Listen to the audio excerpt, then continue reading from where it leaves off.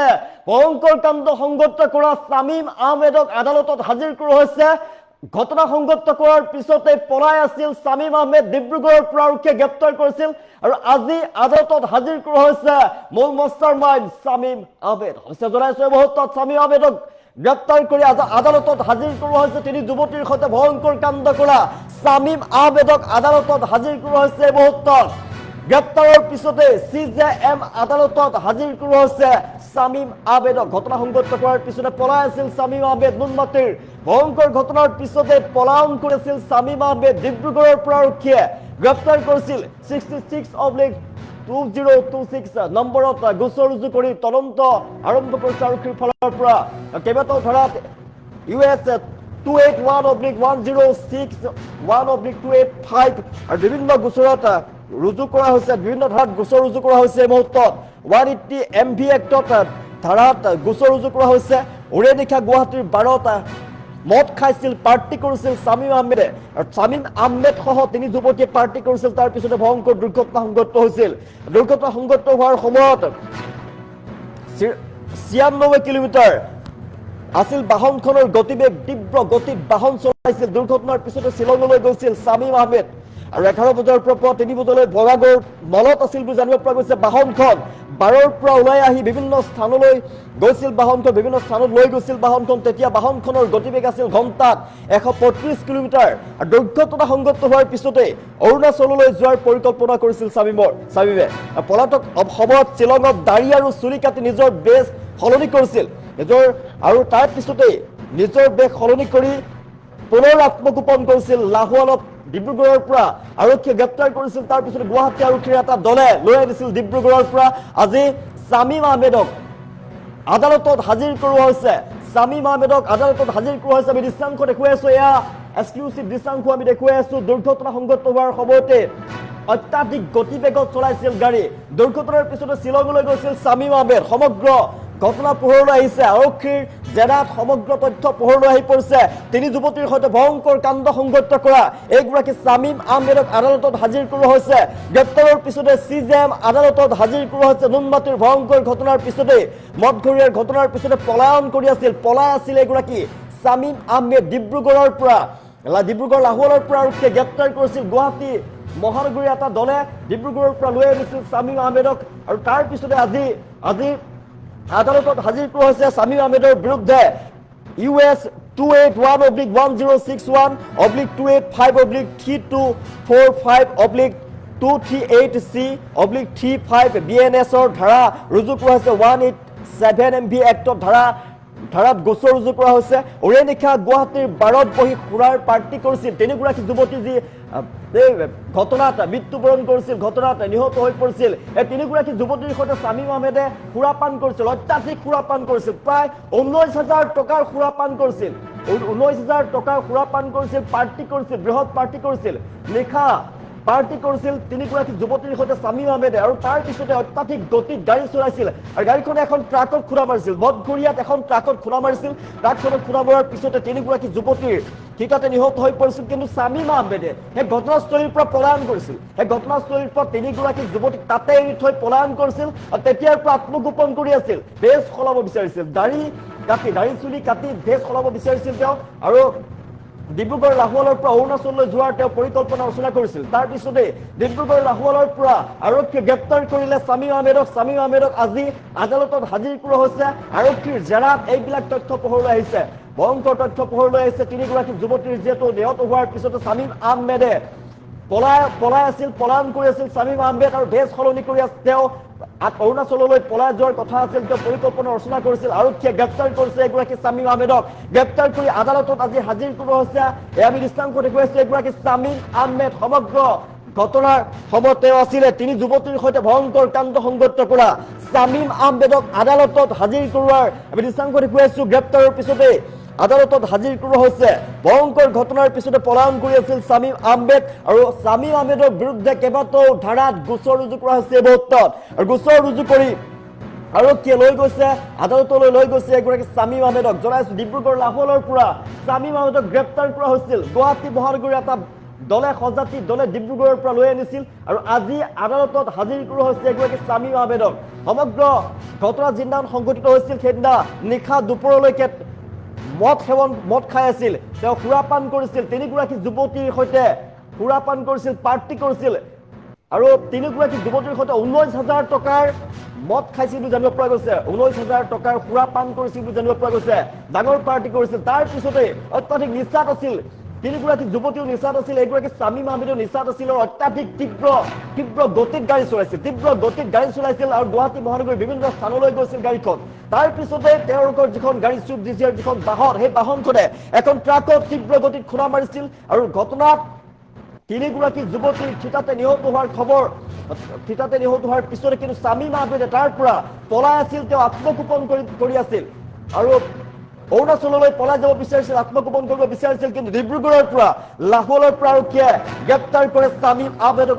আজি তিনি যুৱতীৰ সৈতে ভয়ংকৰ কাণ্ড সংঘটিত কৰা শামীম আহমেদক আদালতত এই মুহূৰ্তত হাজিৰ কৰোৱা হৈছে গ্ৰেপ্তাৰৰ পিছতেই CJM আদালতত শামীম আহমেদক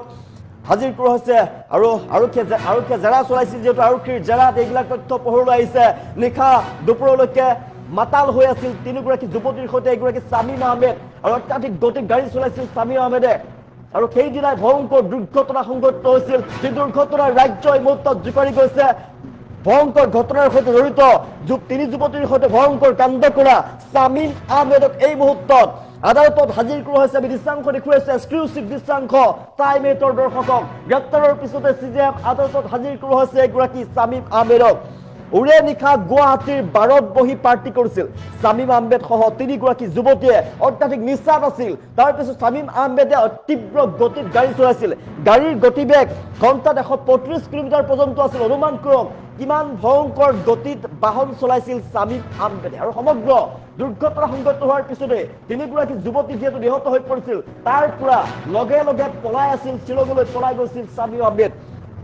আৰু ডিব্ৰুগড়ৰ পৰা আৰক্ষীয়ে গ্ৰেপ্তাৰ কৰে শামীম আহমেদক পৰিকল্পনা কৰিছিল যে শামীম আহমেদে অৰুণাচললৈ যাব আত্মগোপন কৰিব বুলি দাড়ি চুলি কাটি বেশভূষা সলনি কৰিছিল শামীম আহমেদে কিন্তু ডিব্ৰুগড়ৰ পৰা আৰক্ষীয়ে গ্ৰেপ্তাৰ কৰি গুৱাহাটীলৈ লৈ আনিছে আৰু গুৱাহাটীৰ আজি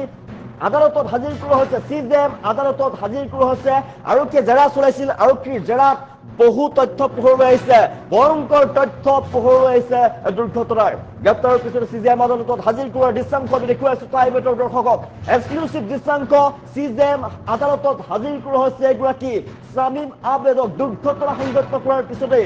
পলাই আছিল 135 কিলোমিটাৰ তীব্ৰ বেগত গাড়ী চলাইছিল বাহনখনৰ গতিবেগ আছিল ঘণ্টাত 135 কিলোমিটাৰ দুৰ্ঘটনা সংঘটিত হোৱাৰ পিছতে অৰুণাচললৈ যোৱাৰ পৰিকল্পনা কৰিছিল পলাতক সময়ত শ্বিলঙত দাড়ি আৰু চুলি কাটি নিজৰ বেশ সলনি কৰিছিল শামীমে নিজৰ বেশ সলনি কৰি পুনৰ আত্মগোপন কৰিছিল লাহোৰৰ পৰা আৰক্ষীয়ে গ্ৰেপ্তাৰ কৰে তাৰ পিছতে গুৱাহাটী আৰক্ষীৰ দলে শামীমক লৈ আনে গুৱাহাটীলৈ আৰু আজি আদালতত হাজিৰ কৰা হৈছে আদালতত এতিয়া শামীম আহমেদক লৈ যোৱাৰ আমি দৃশ্যাংশ দেখুৱাই আছো শামীম আহমেদক আদালতত হাজিৰ কৰা হৈছে গ্ৰেপ্তাৰৰ পিছতে CJM আদালতত হাজিৰ কৰা হৈছে শামীম আহমেদক গোচৰ ৰুজু কৰি তদন্ত আৰম্ভ কৰিছে ইতিমধ্যে আৰক্ষীয়ে কেইবাটাও ধাৰাত গোচৰ ৰুজু কৰা হৈছে শামীম আহমেদৰ বিৰুদ্ধে ইতিমধ্যে আৰক্ষীৰ জেৰাত ভালে সংখ্যক কথা তথ্য পোহৰলৈ আহিছে এগৰাকী ভয়ংকৰ কাণ্ডৰ সৈতে জড়িত ভয়ংকৰ দুৰ্ঘটনাৰ সৈতে জড়িত শামীম আহমেদক আদালতলৈ লৈ যোৱা হৈছে CJM আদালতত হাজিৰ কৰা হৈছে গোচৰ ৰুজু কৰি তদন্ত অব্যাহত ৰাখিছে আৰক্ষীৰ ফালৰ পৰা আমি দৃশ্যাংশ দেখুৱাইছো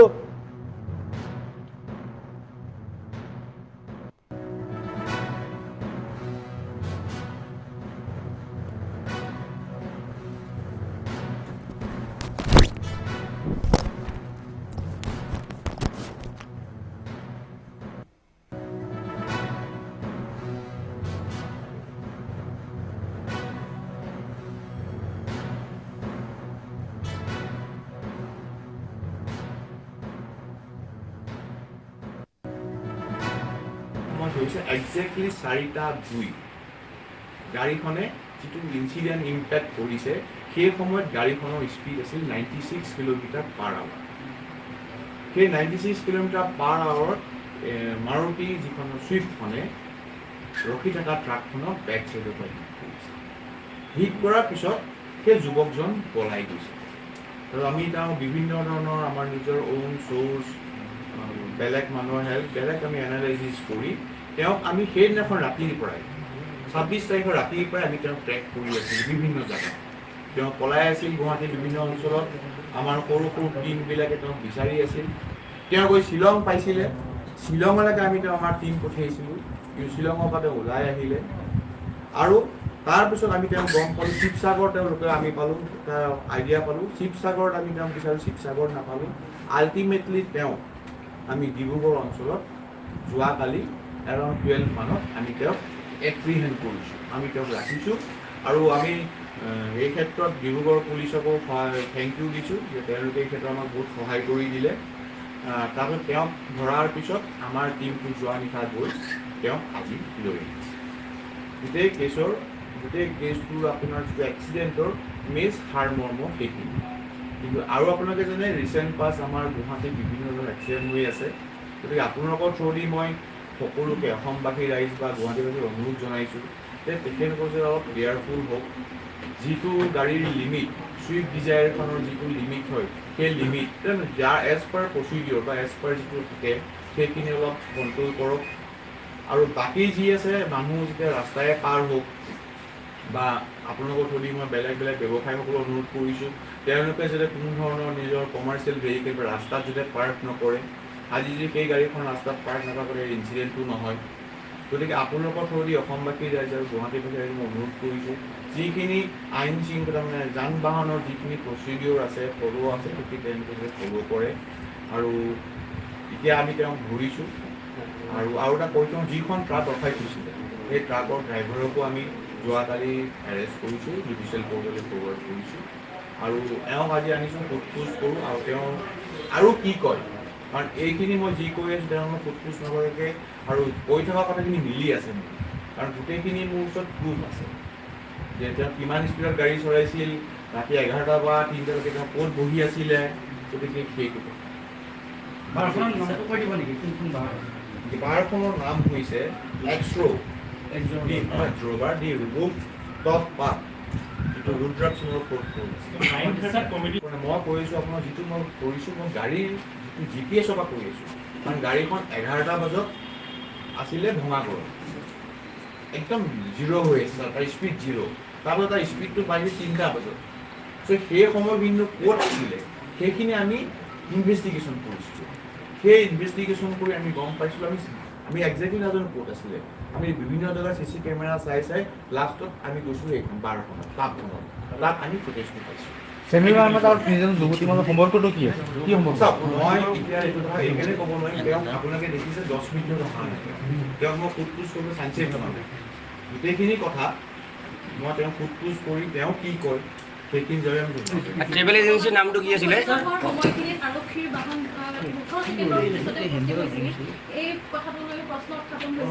16 ছেকেণ্ড নে 20 ছেকেণ্ড একজেক্টলি মই নাজানো, কিন্তু মই কৈছোঁ যিখন চেল্ফ ড্ৰাইভ এজেঞ্চি আছিলে, এজেঞ্চিৰ নামটো কি আছিলে? CC কেমেৰা GPS কানেকশ্যনৰ আমি দেখুৱাইছোঁ কি হৈছে। মই আপোনাক কৈছোঁ যে নুনমাটিৰ যিটো ইমাৰ্জেঞ্চি 112 ভেহিকেলখন ঘূৰি ফুৰে, তেওঁলোকে প্ৰথম খবৰ পাইছে, তেওঁলোকে আমাৰ মানুহক জনাইছে। ট্ৰেফিকৰ যিটো টিম, ট্ৰেফিকৰ মানুহটো আমি লগে 4:10 গৈ পাইছে। 14 ছেকেণ্ড নে 18 ছেকেণ্ডটো মই নাজানো, কিন্তু মই কৈছোঁ ইম্পেক্ট টাইম 402। আৰু আমি এটা খবৰ পাইছিলোঁ 4:05, 4:06 মানত আমাৰ GDNTS আমি খবৰ পোৱা, ট্ৰেফিক ব্ৰাঞ্চে খবৰ পোৱা। আৰু ইয়াৰ পৰা তালৈ যাব 10 মিনিট লাগে।